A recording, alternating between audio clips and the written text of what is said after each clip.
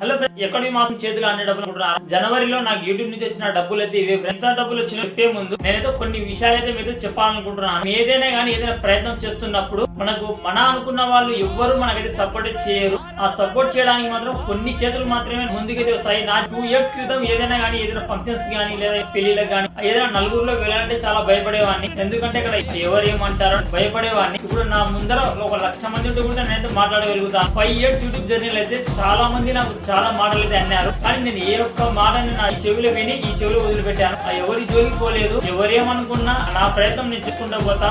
ఎవరు సపోర్ట్ చేసినా చేయకపోయినా మీ లక్ష్యం 100 అడుగులు ఉంది అనుకోండి.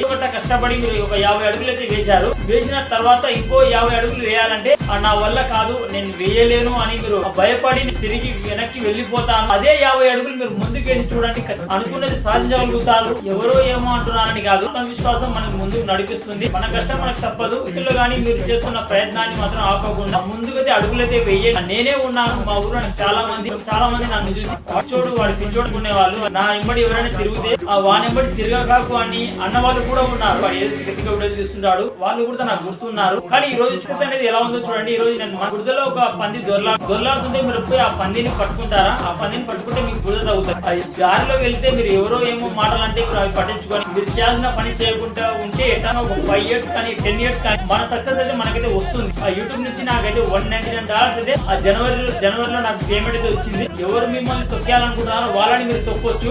అవమానాలు కానీ అవహేళన కానీ అసలు పట్టించుకోగానే